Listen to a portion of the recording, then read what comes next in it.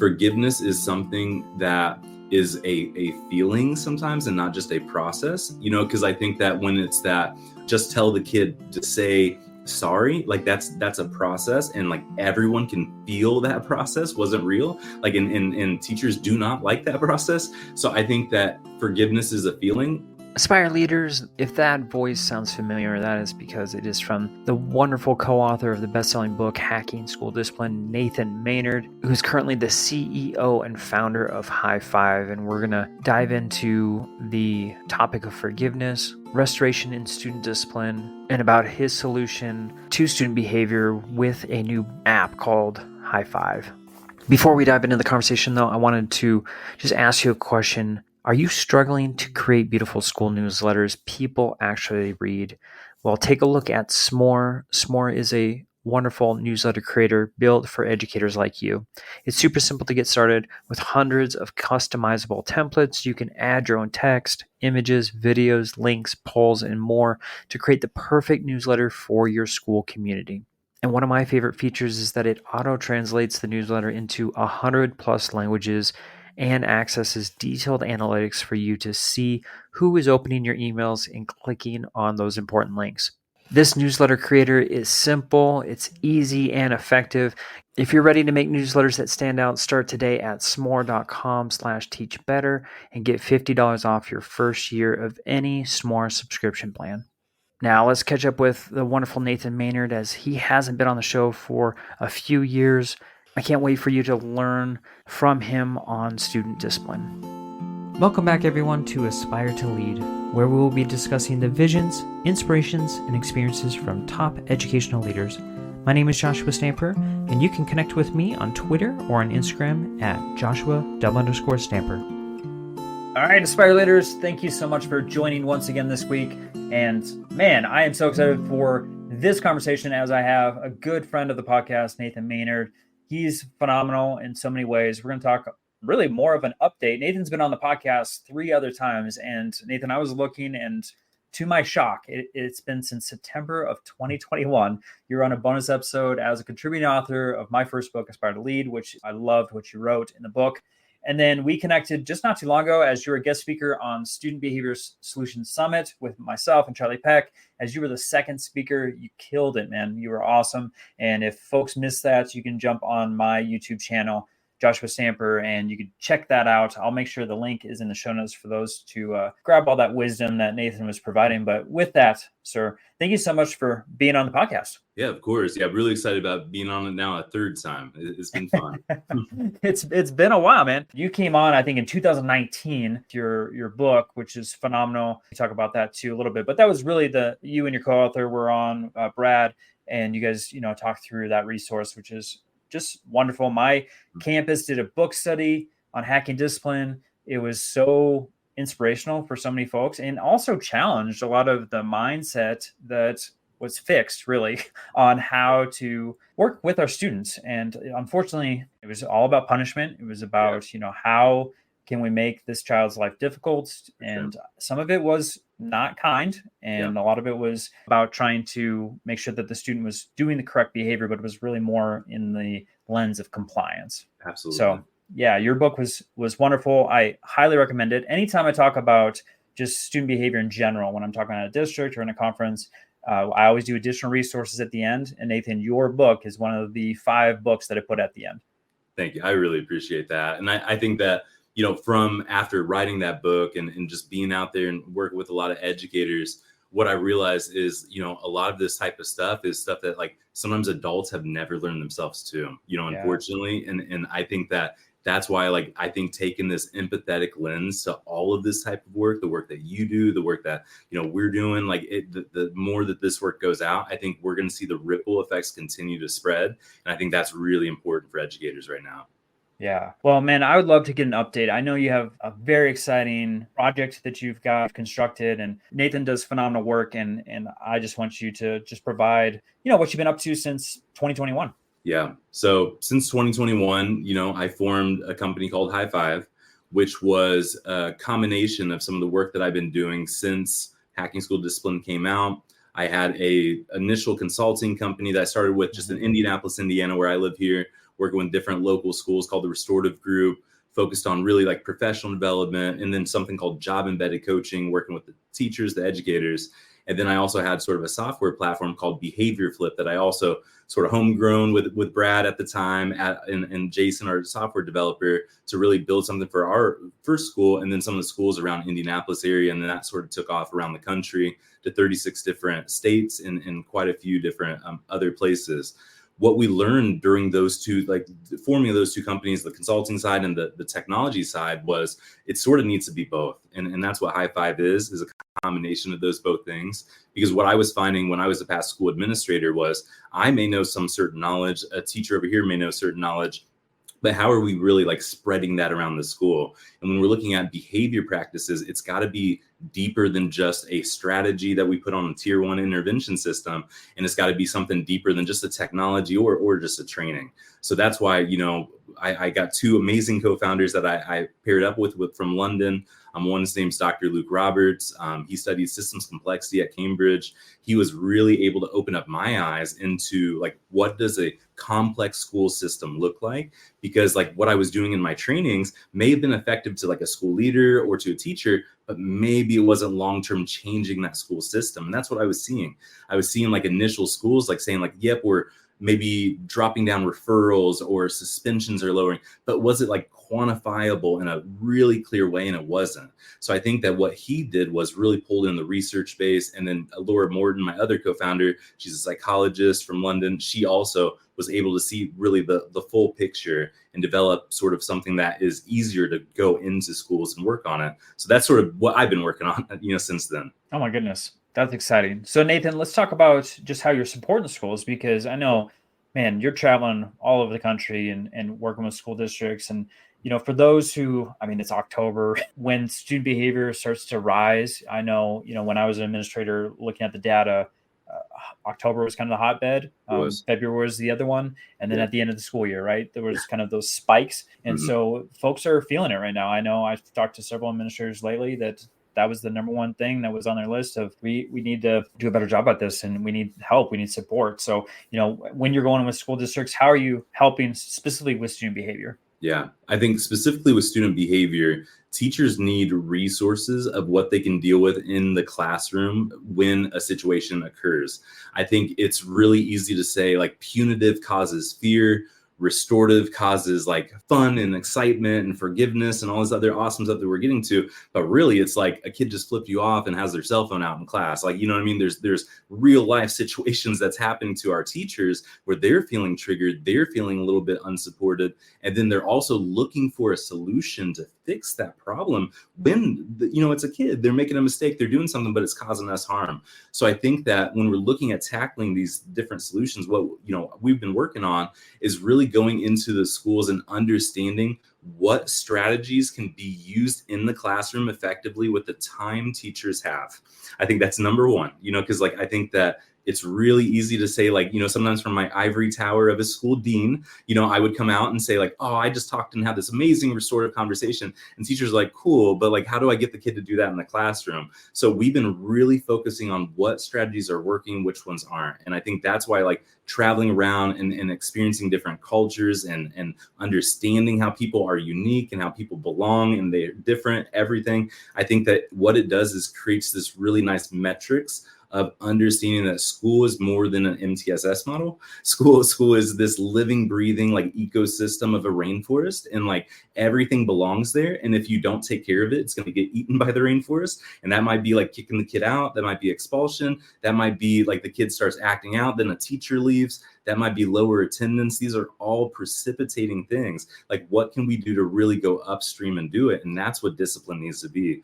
Since the first podcast I've ever been on with you several years ago, discipline is a teaching tool. And if we don't teach our adults how to use discipline in that effective way, because a lot of adults have not had that experience when they were kids. So we have to really empathize, not just with the kids, but say okay, this is an adult that's probably trying their best. And that's why they became an educator, because they want to work with kids, but they may not have the discipline skills just yet. And I think that's why it's really good to understand the layout and build out the research. And so understanding the layout and the research is what we've been really working on right now.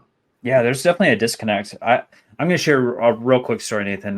When I was an administrator, we had a group come in and they did this activity. We had like this cafetorium. And so it was kind of this weird, cafeteria space with a stage. But the cool thing about it was there was like different levels, right? And so they were like, hey, if you've ever been to the principal's office 0 times, go to the very, very bottom.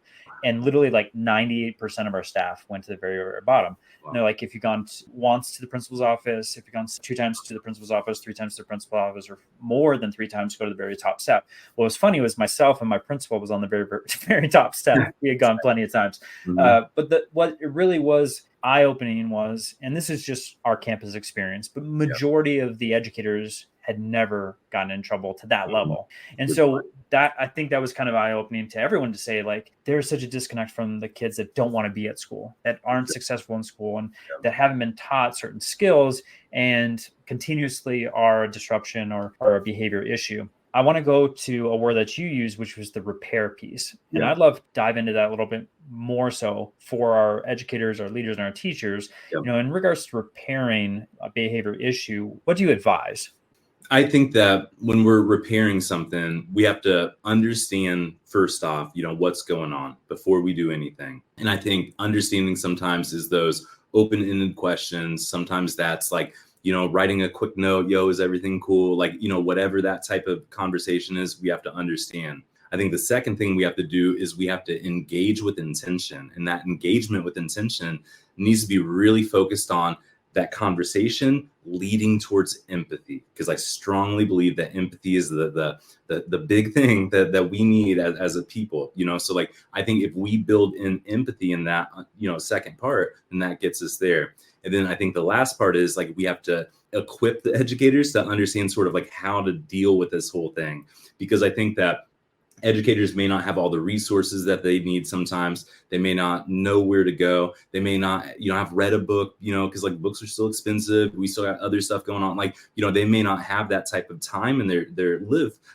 life to like go through these type of stuff. So I think that if we don't equip them with real strategies, and I think like school administrators can do a lot of that, right? Like, I think that there's, iron sharpens iron. I say all the time. Like, I think that it's when we look at everyone in the school community and say, like, what can we do to understand what the kids need and what the staff need, and then share that, just even with a circle for a staff meeting every time, like, that's sharing things in an open, constructive way that you're not asking teachers to take time out of their life to go out and do something. You're not asking them to download an app. Like, you're not asking them to do anything. You're just saying, hey, let's just talk, for a minute. I think that's the starting point. And I think that's what people need right now, is just like communication back and forth, and that will help us understand where are we missing it. Is that understanding piece? Is that empathy piece? Is it that equipment piece? And then school admin know where to act.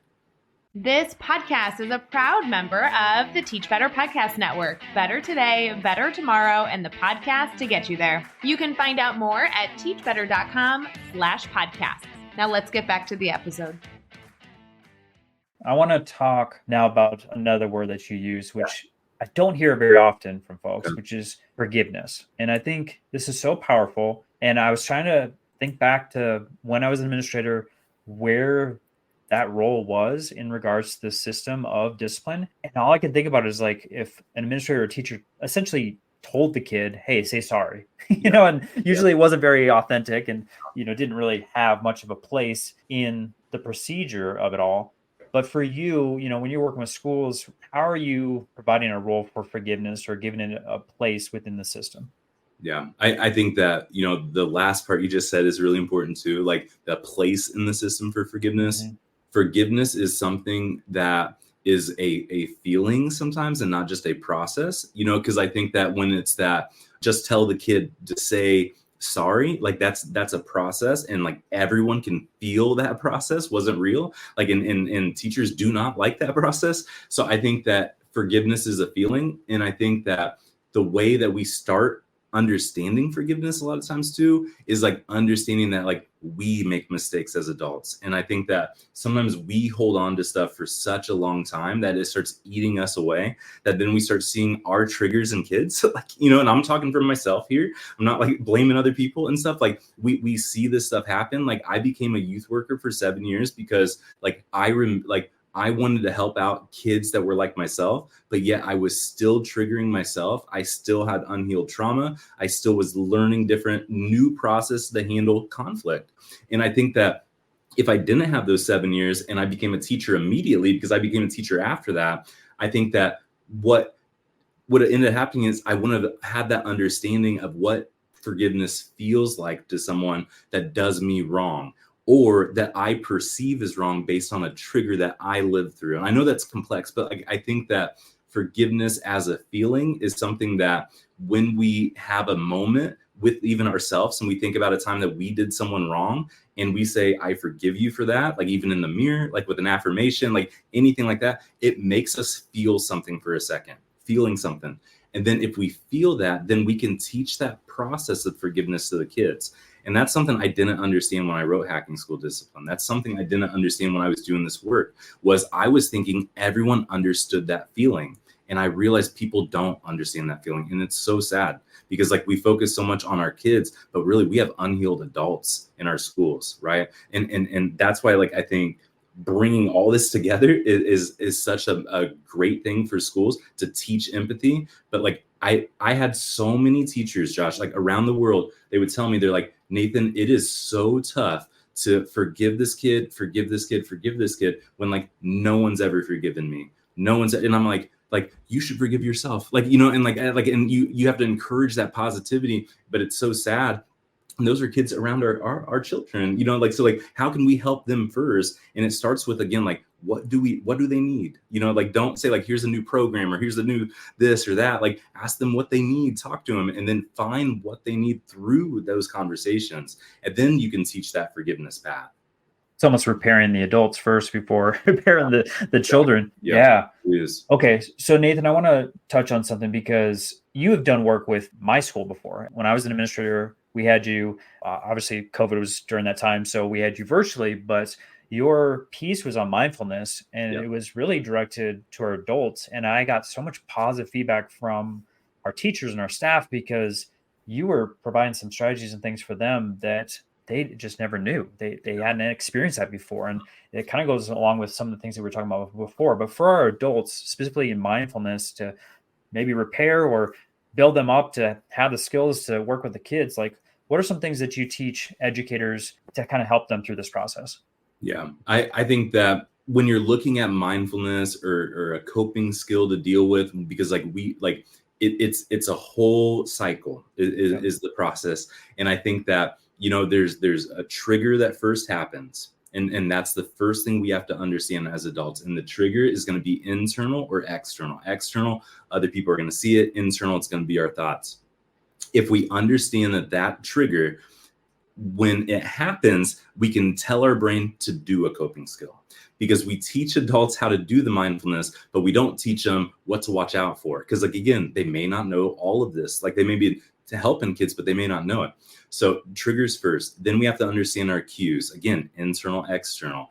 External cues, like that's when Asher notices, like, yo, dad, like I can tell something's off. I'm not going to ask you for that candy bar right now. Like, you know, and he gives me a little bit of space.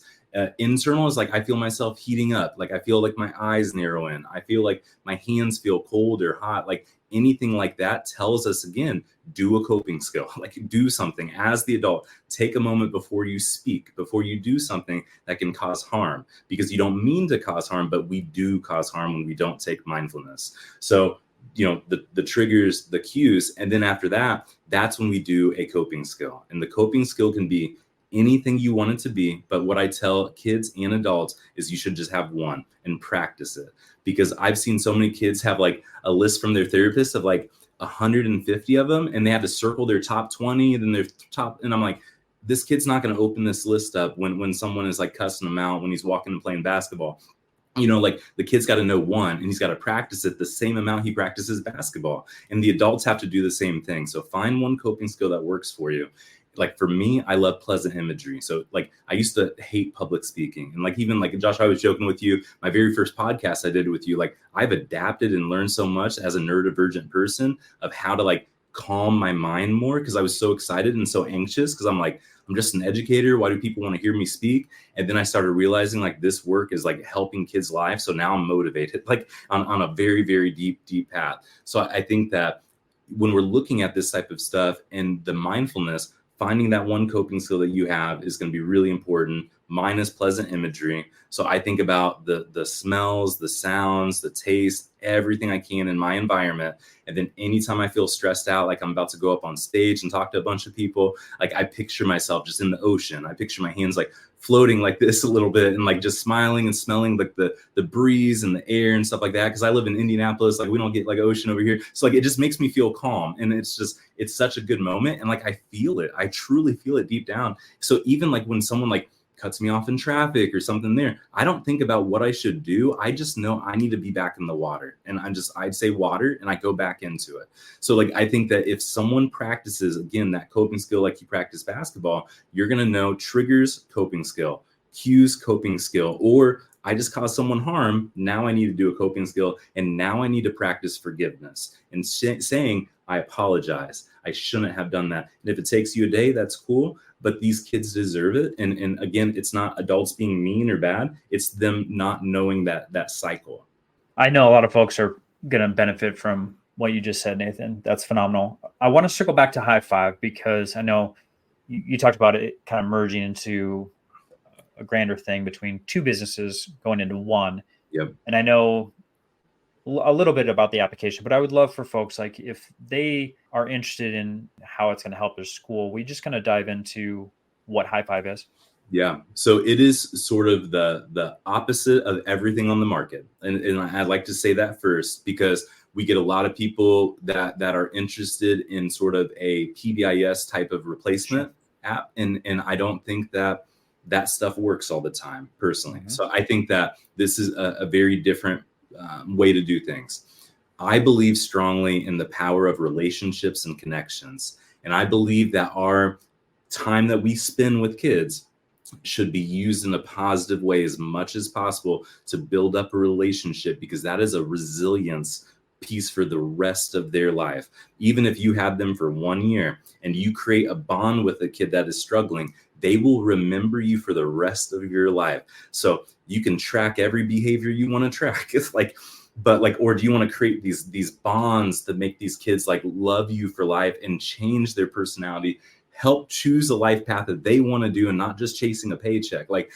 So that what the app does is really focuses on helping build relationships with students. So when students are acting out in the classroom, there's a drop down of certain behaviors, like a typical tracking type of system, because teachers are used to understanding that behavior. But with the restorative side, it's about seeking behind those behaviors, understanding it, and creating that empathy perspective and giving resources. So what happens is when the teacher hits one of those different behaviors, it gives them a tip directed around what they need to do with the student around certain of those different behaviors. Because I had a lot of teachers when I would do professional development say, what do you do when a kid colors on a desk? Okay, what about when the cell phone comes out? What about when the kids got their hood on? And like all great questions. Every single one of them causes us a headache. They're little paper cut behaviors. And after 50 of them in 1 hour, like sometimes our triggers are overloaded. And we've done the water like way too much. So like they needed something that's like more adaptable than just a tracking system. So what it does is upskills teachers around resources to connect with students is the focus of it. It's not a tracking system. It's just helping with those relationships. What it does for the students too is it allows us to understand the student on sort of a deeper level. I believe in the power of belonging, deeply, with empathy, forgiveness, belonging, those are my 3 key words. So I think that when you're thinking about belonging is the metrics that will help kids and adults understand how to navigate conflict, how to learn better, how to feel safer. Even when I'm in an unsafe environment, I think sometimes I feel my anxiety start to go up a little bit. And we see that with our kids in classrooms, but yet we start just tracking how many times the kid got up and did this, when instead of saying well, that kid's got trauma and they're just anxious, they probably need something, we just track it. And then we tell teachers now give them a big consequence or do a small one. It doesn't work. So the app just helps with those behaviors, giving them something to do around those behaviors in the classroom to free up school administrators to do other things. So focus on tier 1 supports is really where we're at. Yeah, I don't think I know of an application that does that. That's so phenomenal. Yeah. And I was kind of laughing in my head because Nathan, anytime I talk about the language of behavior or do any session, that's, yeah, right afterwards, people coming up and they have exactly A, B, and C example. And what do you do in that situation? Exactly. And it's tough, right? Like, because like, we might know it, or the trainer might know something, but like or like another teacher in the classroom might, or like the session may know something. But again, like, it's hard, and it happens so fast and so often that teachers don't know what to do. So like, it's coming at this big frequency. So like, we even give them like 3 different options, so then they can cycle through things, and then also give them like circle prompts, because focus on like all the proactive side of things of the relationship too. So what it does is just gives them sort of like this relationship platform, but like, it's helping with discipline big time. Like I said earlier, we're about the research right now with my 2 co-founders. We're looking for university partners right now, and sort of on the hunt, looking for the best ones to help us out and validate everything that we're doing. But what we're seeing is already like students increasing attendance, dropping down referrals, like better than ever. Like, I mean, like huge numbers, and we're writing white papers. There's also been some studies around like school shootings, and like how to like a thing that we can do to take action as educators around this. And what it is about improving the relationships with students and teachers, so we make them feel like they belong more, is what all the work came out and did. So again, it's another thing that we're saying, like, what does it mean to like notice when that kid over there is a little sad? Like, instead of saying like noticing where that kid needs another like point on a system, like something like that. It's like, how do we know when another kid is like, they might just have ADHD like me, and they need like just someone to say like, hey, Nathan, you need to take a walk, or you could take a drink of water, or something like that, instead of another like mark on me, So that's what we're really focused on. Awesome. All right. So if anyone's listening and they know that this is something they need, head over to highfive.school and you can find more information. And then, of course, I'll have the link in the show notes. So if you head over to joshtampa.com, I'll have a bunch of links for y'all. Like I said earlier, I'm going to have the YouTube video of Nathan, which he just spoke at the summit. Actually, you had High Five in that presentation also. So that would be a great resource for folks to tune into. And then, of course, I'll have links as far as social media and how to connect with Nathan, in addition to the link that I've been throwing up throughout our conversation on YouTube, highfive.school. Nathan, I always love ending on an action step for my aspiring and current leaders who are listening. So if there's something they can do tomorrow, next week to enhance their leadership journey, what would you recommend? I love this question, and I never plan like what I'm going to say until it happens, So I think that the best thing that leaders can do is just listen to the people around them. I think that's the simplest thing to do. I think me, even as a CEO, a founder, doing a lot of cool projects, like I listen to the people around me, because sometimes I go into situations dysregulated, and I quickly think like, okay, like I need to go do this, or like this needs to change, or I need to do that. And like, then when I slow down and just listen, like my anxiety goes down. So I would say just listen to the people around you. People appreciate it, and it really helps us. Yeah, slowing down is huge. I learned that lesson hard as an administrator. So yeah, definitely listen to Nathan's wise words. If you're looking for more information too with Nathan, I highly recommend you go back to listen to the other episodes that he was on. Every time I talk to Nathan, every time I'm in a session, I feel like I become a better educator, better administrator. So I highly recommend trying to connect with Nathan as much as possible.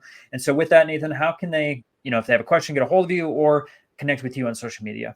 Yeah. So my main platform right now is LinkedIn. So if you want to hit me up on LinkedIn, just my name up there on the screen, in High Five, like our website and stuff, we're really, really proud of it. Because again, like, I was an educator, then a youth worker, and done this stuff for a long time. So this is something that our team of all educators have came together, and other people, and it's really special. So if you're interested in checking something out, like I think that just try something new, like, and check stuff out, because this type of journey is something that is really special to us. But we have a lot of research and stuff on there too. So connect with me on LinkedIn. But if you want to find cool stuff, I'd check out High Five. Yeah, for sure. So yeah, like I said before, it'll be, all the links will be in the show notes, or on YouTube and on my website. Nathan, I just not only admire your work, but just admire you as a person. I love connecting with you. I love having conversation with you. And every time, like I said before, if any way that I can consume what you're talking about, I feel like I'm better as a human being, as a leader, as an educator. And I just thank you so much for all the work that you're doing around the world. I really appreciate that. But Josh, right back at you. I mean, every time I speak with you, every time I read your work or I listen to your podcast, like I always feel like I'm improving as well. Like I think that this type of work doesn't need like 1 leader, 5 leaders, 100 leaders. It needs like a community, and that's what everyone's forming right now. So like I really appreciate all the work you're doing.